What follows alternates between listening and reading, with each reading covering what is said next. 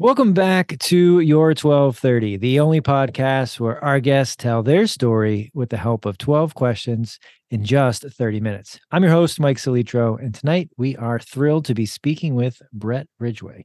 Bret is a 25-year veteran of the speaking industry. He got his start managing the back sales table at conferences way back in 1999. He is author of 8 books, including #1 bestsellers, ABCs of Speaking, and Mistakes Authors Make. His latest book, How to Build a Profitable Speaking Business, is now available. Bret, welcome. We are really excited to be sitting down with you.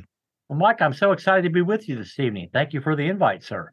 Of course, of course. And that transition from the back of the room to the front of the stage, do you remember the first time you walked up on stage and what you were thinking about as you were taking those final steps? I'm sure I was shaking in my boots, Mike, and about to pee my pants, but I was happy being the back of the room guy for so long. It was my shtick, so to speak, or whatever. And I'm a pretty naturally introverted guy anyway. But eventually I realized, Bret, you need to get up there in front and overcome that fear of being up in front of the room. And so I sucked it up and got the gumption up to put myself out there. Now, I would tell you that, there's 3 types of speaking in my mind, Mike. You got keynoters, platform sellers, and business builders. And I was always just a business builder speaker. I was a content session in between the pitches at conferences. And so I didn't have the pressure of selling from the stage. But I would get up there and deliver things that I had learned along the way in my 25 years in the industry or whatever. And so I was that content buffer. So that took some of the pressure off me, but I was still nervous as hell, man. Okay. So the nerves are one thing. I think most speakers will be nervous up until their very last time on stage to some degree, be more comfortable.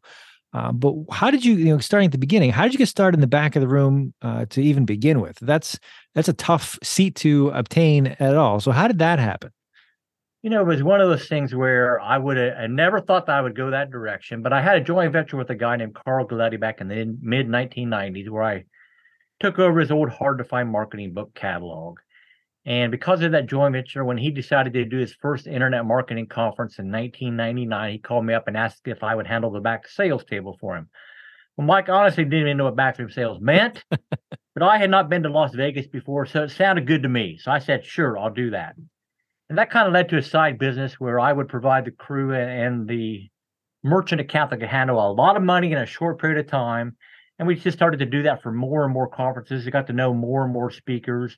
And it was just one of those things where I met a guy at an event that led to a joint venture, that led to being the back of the room guy, that led to me to being here tonight. So you're quite modest in the way you tell it. Having been to a few of these events and being on some stages myself, I do know that's not a common trajectory. So you've been conversational. You seem to stay in contact with a lot of the people that you're working with, and I'm sure there was some good luck in it. You've transitioned to writing 8 books, which is not very common to have so many books written. Was that something that you have done in addition to speaking? Was that a passion, or how did you get down that path as well? The books actually came, some of them before the speaking started. It wasn't until about 10 years ago that I actually decided to get up in front of the room and overcome that fear. So the first book I wrote was actually back in like 2007, Mike, and it was called View from the Back, and it was all about how to increase your back room sales at events, just the little things that can trip up an event. And so that was based on my experience being in the back room and seeing what went on, and being able to offer up advice in that particular arena. And it was one of those things where I was hanging out certainly with the internet information marketing crowd. So I was able to soak up a lot from the biggest names in the industry. And fortunately that led to another business where we would provide product fulfillment for these guys. And so from being in the back of the room as well as being the fulfillment partner for a lot of these guys, I had a pretty unique perspective on the industry, and I got to see a lot of things that the average person isn't going to see. And so that led to obviously an increase in my knowledge and awareness. And I just took some of what I witnessed and seen and learned myself. And that's, kind of what led to all the books that are all in the speaking, information marketing, book publishing, event promotion niche, all in the expert space, so to speak. So just sharing what I've seen happen and what I've learned along the way, honestly. Very nice, very nice. And part of what we're told is success is just showing up and getting into those rooms, which you've done.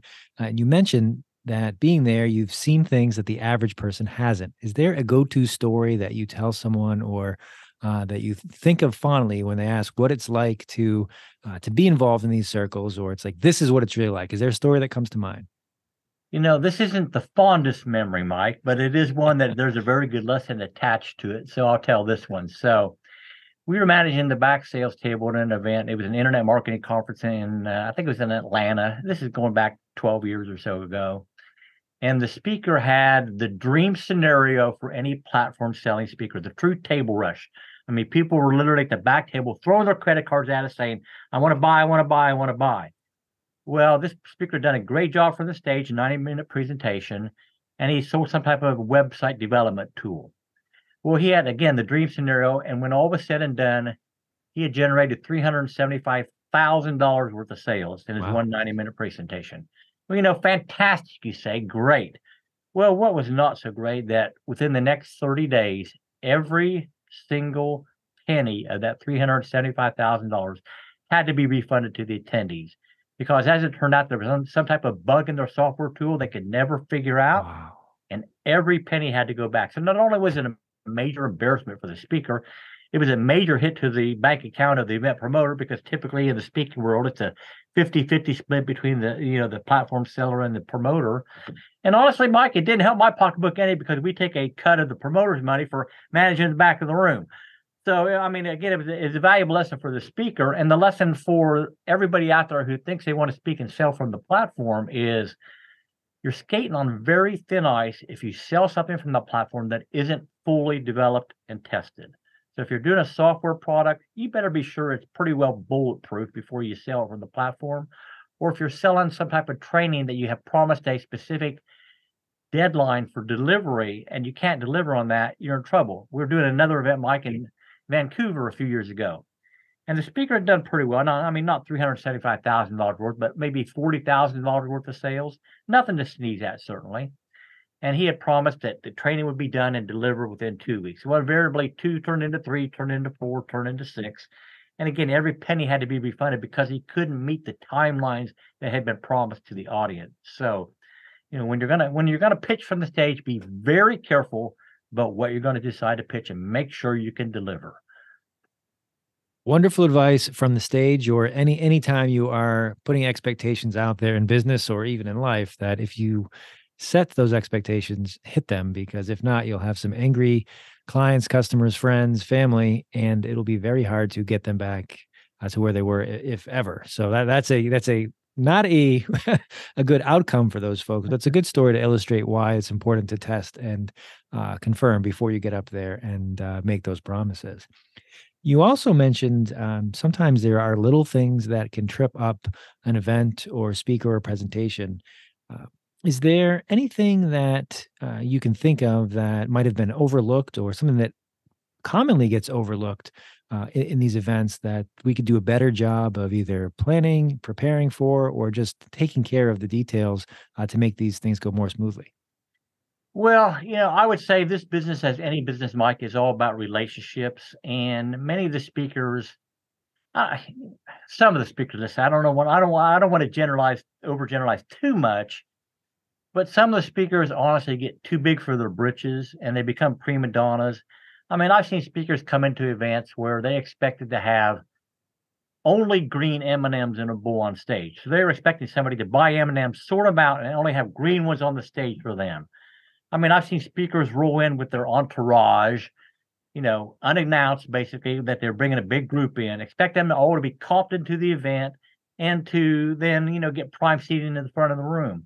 And it's one of those things where I think it's very important that you need to remain humble as a speaker, because believe me, event promoters talk. And if you get the reputation for being a pain in the ass to deal with, then you're not going to be invited to all the stages that you could be on. Even speakers that sell very well from the platform will be uninvited to the events because the event promoters just don't want to deal with them.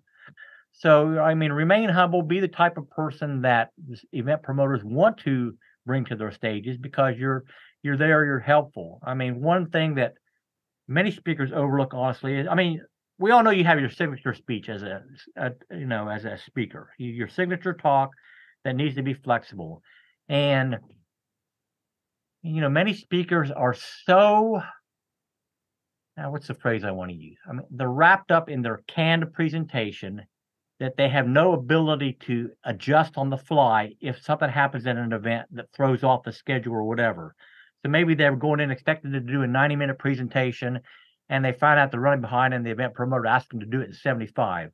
Well, you better have that signature speech in some type of modular format that you know what you can leave out or insert if you need to lengthen it or whatever. So being prepared for the unprepared is probably a weakness in a lot of speakers. And so make sure you have that ability to adjust on the fly to anything that comes your way in an actual event. I couldn't agree more. Being prepared for the unprepared is a very underrated skill because no matter how much you prep, there's always going to be something unanticipated. I also like to stay humble. You can't really show up looking for the last minute tickets with your entourage, but I will challenge you with the green M&Ms. I was of the exact same mindset, but I was told by somebody in the know that the reason they do that is that because there are so many moving pieces for some of these bigger performers that if they can get that right, they've got all the other details right. So it's a quick way for them to check and say, all right, they did the M&Ms. I don't have to worry about the lighting. I don't have to worry about the seats. They've taken care of the details. I don't know if I believe it. I can tell by your face you don't believe it, but at least it gave me, it was like, okay, I can at least see that. Interesting perspective. Hadn't thought of it that way. Could be validation to it. Could not be. Fair enough. Moving on. As we talked a little about before we hit record, how to build a profitable speaking business. Your latest book is out, not fully out yet. What can you tell us about it, and who should read it? So the book is designed to help aspiring speakers who want to get a leg up and avoid some of the mistakes that, I mentioned a couple of them here, but avoid mistakes. It can really trip you up from building that platform. I mean, there's certain things you should do and shouldn't do. And I would say, Mike, that your success as a speaker is not only determined by what you do, but by as much so by what you don't do. And you can't be afraid to find somebody who's been down the path before you and share their wisdoms so you can avoid the mistakes.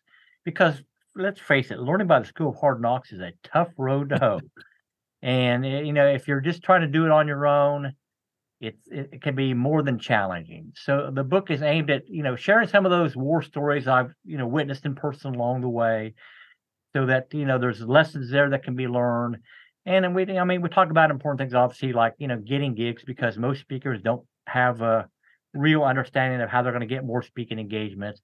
We talk about the importance of getting on the right stages, because I was at an event a few years ago, Mike, where they had 3 separate speakers all on the subject of copywriting. Now, while copywriting is a very important subject, by the time they got to the 3rd speaker on that subject, the audience was like, been there, heard that, tuned out. His chances of selling anything were zippo. So he didn't do his homework in advance of the event to determine if that was the right stage for him. So there are some tools and other things in there to help people assess if they're on the right stages. And then obviously it's important to understand how you're going to monetize your speech. And so talk about the various monetization models and helping people determine which is the best for them, whether it's a mastermind, group coaching, one-on-one coaching, a membership site, or some combination thereof. So that's about the size of it, man. Very nice. Very nice. You mentioned the right stages. Mm-hmm. Before we get to the right stage, I think you need to get to your first stage for anybody who's looking to launch this kind of part of their business or to become a speaker. Is there any wrong stage to start on, or is there a good place you'd recommend somebody who's looking to kind of cut their teeth and get started speaking? Yeah, I would say, first of all, I think everybody should be a speaker, at least from the business building perspective. I mean, if you're a chiropractor, an attorney, a financial planner, whatever, you need to be speaking to your Rotaries and your Kiwanis and your chambers of commerce and all that stuff to cut your teeth, as you say. And I have people tell me time and time again that you need to have 100 speeches under your belt before you are going to truly master anything. And I believe that entirely. So initially, no, I think every stage is the right stage until you've got to that 100, and then you're so comfortable with your subject that you can talk it backward, forward, inside out, etc. So yeah, take advantage of any opportunity you have when you're getting going to hone those skills.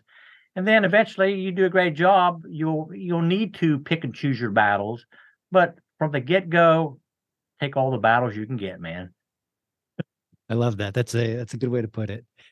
One of your previous books, Mistakes Authors Make, love the title as well. What are some of those mistakes, especially the ones that we may not be thinking of? One of the biggest things that most authors don't give thought to, and this applies mainly to nonfiction authors, but it also can apply to fiction authors, and that is the consumability of your book. So if you're like a lot of people, I go into a bookstore, I go into the marketing section, I pick up a book, and I page to it. That first chapter is 20 or 30 pages long. It's like, oh my God, too much work to even read one chapter. I'm not going to buy this book. Or if you're looking at to read a little bit before you go to bed. Again, if I pick up a book and the chapter is too long, it's like too much work, man. I like to feel complete. I like to do a chapter or whatever. So I honestly think that no book should be longer than 7 pages per chapter. But you think about who's the master of this. Have you ever read any James Patterson, Mike? I'm embarrassed to say I have not. Okay, he's a mystery writer. But his chapters are 2 or 3 pages. So it's like boom, boom, boom, boom. Next thing you know, you read that 50 or 100 pages because it's in bite-sized chunks. So if you're a nonfiction author and you're doing self-help or something like that, if you can't even get them to read your damn book, what are the chances of them coming back to you for some other product or service that you have? And it goes way, way down. So think about how you're going to make that book consumable. Avoid overly long paragraphs. Avoid too teeny font if you're talking to a baby boomer market. What can you do in terms of callouts or quotations or Johnson boxes or graphs or charts or something to break up the text so that it looks more consumer friendly. So most people don't think about the consumability of their book. And that is one thing I think you need to give a lot more thought to. I think that's really great advice. One, I'm a very terribly slow reader. So anytime I feel like I'm making headway, that's very positive. But as you say that, the consumability piece, I really started thinking, not, to go to speaking, but anytime there's an audience who's receiving what you're putting out there, this business, speeches, books, pitches, whatever you want to think about, the more you think about who is the end user, the target audience, what they want, what makes them want to turn that page, pick up the phone, respond to that email, is going to be much, much better received. So I think that's really good advice, not only for authors, but for anyone out there. Think about who is going to be the end user and how can you streamline it, make it easier, make them want to learn more, get more. So I think that's brilliant advice. Thank you, Bret. You mentioned earlier about every speaker having a signature speech. Can you, or could you, tease your signature speech or tell us a story or gem from that piece that would want us to see you next time you're on stage? So we were handling, Mike, the product fulfillment for a guy in the Forex space a while back, foreign exchange currency, trading commodities and all that. And we'd handled several product launches for this person in the past, and they'd done very well. And so they were launching a new product, and it was a box set of DVDs at the time, back when they still did DVDs. And he opened up a shopping cart in the morning, and then suddenly, about 2 hours in, wham, his cart got shut down. And most people don't realize that when you set up a merchant account, you're going to define an average ticket price and an expected monthly volume for your provider. And when you suddenly do a product launch that runs those numbers way out of from what they expect is a norm, it's a major red flag for them, and they think it's possible fraud. So they shut him down. And so for lack of a simple phone call to his provider saying, I'm getting ready to do a new product launch, and the same advice would apply to a speaker. If you're going to go to a big event where you expect to sell, it's like, hey, I'm going to an event, I'm processing my own sales, it's going to be outside the norms. If they know, they're fine with it. But for lack of a simple phone call, this guy lost, based on his previous launches, Mike, an estimated $300,000 to $400,000 worth of sales. Amazing. All for lack of a simple 5-minute phone call. That's a very expensive lesson right there. But thank you for sharing that with us. I would say, Mike, that, it's all about this business, as any business, is about relationship. It's who you know and who knows you. And you got to get out there. You got to be seen. And you definitely have to approach it from a what can I do for you standpoint rather than what can they do for me. And if you truly go with that mindset, you get it back tenfold over time. But you got to go in looking how you can support others and be a benefit to them. Now, there's going to be some takers out there. I mean, that's just life or whatever. But if you go in with that true service mindset, then you'll build stronger relationships. I mean, I was able to build a fulfillment company up to a multi-million-dollar company all off relationships. I mean, I wasn't doing any proactive advertising. It was people I met at events. It became clients that became referral partners, and it all grew from there because of relationships. I couldn't agree more on the relationship piece. And to go back to earlier, what you had talked about is making sure that when you are promising a product, when you're pitching something, to make sure it works, make sure it delivers, does the thing that you say that it's going to do. So clearly, for you to write the books that you've written, to walk across the stages that you have, and to keep the relationships you have, that is something that you do. You mentioned a give first relationship piece. For somebody who may not be there yet, what is a good way for them to shift that mindset to be more giving without kind of, I don't want to say desperate, but the kind of, hey, I'm doing this for you, comma, what are you going to do for me in the back end? How can they make that shift, or how have you seen people successfully transition? I mean, you can't ever go in, Mike, with the, not saying it blatantly, but with the, now what are you going to do for me mindset? Because they'll see right through that in a minute or whatever. You got to recognize that this is a long game, not a short game. And so you're going to nurture relationships over the course of months and years and all that. And then, they're available to help you when you need them. But if you're expecting to go into anything and get an immediate result from it in the whole relationship networking arena, you're kidding yourself. So, be prepared to play that long game. I mean, you mentioned the Mistakes Authors Make book, and that was an interesting story because we decided we were going to try to drive that to a #1 bestseller on Amazon at a live event. So it was either we were going to fall flat on our face or we were going to look like heroes or whatever. But because of the people that I knew in the industry that I had never asked anything of, hey, can you help us on this book launch? They were happy to do so. And we were able to successfully drive that to #1 because of, again, relationships.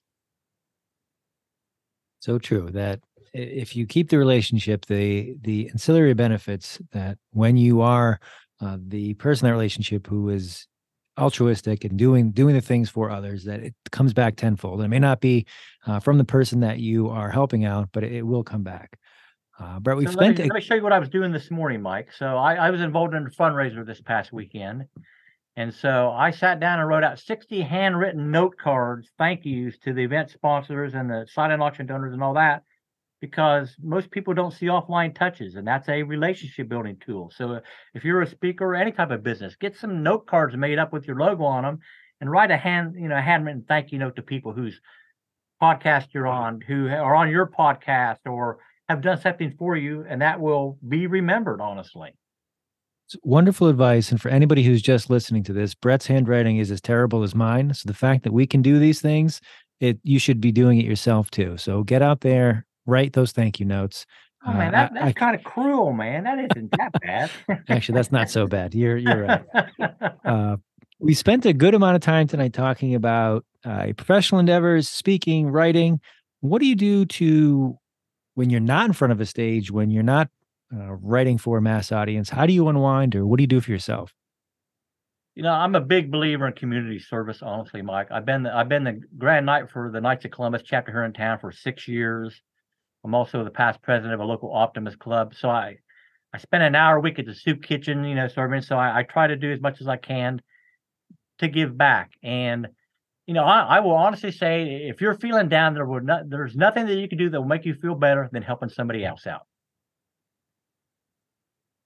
I speak to some amazing folks on the show, and you are the second guest this week who gave the same exact advice, that no matter how down you are, no matter where you are, and the exact story was that if you lose your job, first thing you want to do, don't worry about a resume, don't worry about LinkedIn, go do something for somebody else, go volunteer, and you will see, one, you'll feel better about yourself because you're helping somebody, and it helps you put things in perspective that my situation may not be as bad, as terrible, or there is a silver lining to this. And One other thing that we always talk about is especially in the speaking or storytelling realm, is that you want to show, don't tell. You can tell me all day that you're a good person, that you care about this, but when you actually take the actions to do it, and you exemplify what you talk about, that speaks much louder than anything you can say. And spending the time in your community helping others certainly does that. Uh, we are already coming up on time somehow. Is there anything I didn't ask you tonight, Brett, that I probably should have? Well, one of my favorite questions to ask my guests, so I don't mind it being bounced back at me, Mike, is, what's the biggest mistake you've made in speaking or book publishing or whatever it may be? So I'll take that as my question. Okay. Okay. All right. So I'm gonna say two things. Number one, I'm embarrassed to admit I was supposed to be a guest on a radio show a few years ago, and it was on a weird time. It was like a Sunday afternoon at 2 o'clock. Well, I got home from church, got visited and busy in yard work, and just totally spaced it. Missed a scheduled interview, and I felt like this tall for like weeks. And I did my best to reach out and make amends and all that. So, word of advice is, if you make a commitment, put it on your damn schedule. Give yourself 5 reminders on how to make it happen or whatever. So that was extremely embarrassing. But my biggest mistake, honestly, Mike, is not doing 10 years ago what I'm doing now, not having the courage to put myself out there. All the speaking I did for the first few years was always on behalf of the fulfillment company. So it was under the company umbrella to build business for the company and all that. And I never intentionally, personally branded Bret Ridgway. So I'm here at the age of 64, and I'm branding myself for the first time, and I'm putting myself out there as the brand. And again, it's something I should have done 10 years ago. So don't be afraid to put yourself out there. Don't make the same mistake I made. Absolutely not. And don't beat yourself up for things that you weren't doing 10 years ago, because I have a feeling that cycle will never end. That 5, 10 years from now, you'll be looking at things like, man, I wish I had been doing that for longer. So I appreciate you sharing those mistakes with us. They are helpful for our audience to hear. Bret, where can our listeners find you, connect with you, learn more, or check out your books if they'd like to? Sure. The prime website, Mike, is BretRidgway.com, and that's Bret with 1 T and Ridgway with no E. So BretRidgway. You'll find all the books on the site, as well as my special report, 3 Key Things Entrepreneurs Must Master to Build a Profitable Speaking Business. And then, as you are, Mike, I'm also a podcast host myself, so I invite people to check out the Spotlight on Speaking podcast. It's at spotlightonspeaking.com. We will post those links in the show notes. Bret, thank you so much for joining us. This has been a blast. I wish you nothing but continued success, and do come see us again. Thank you so much, Mike. My pleasure.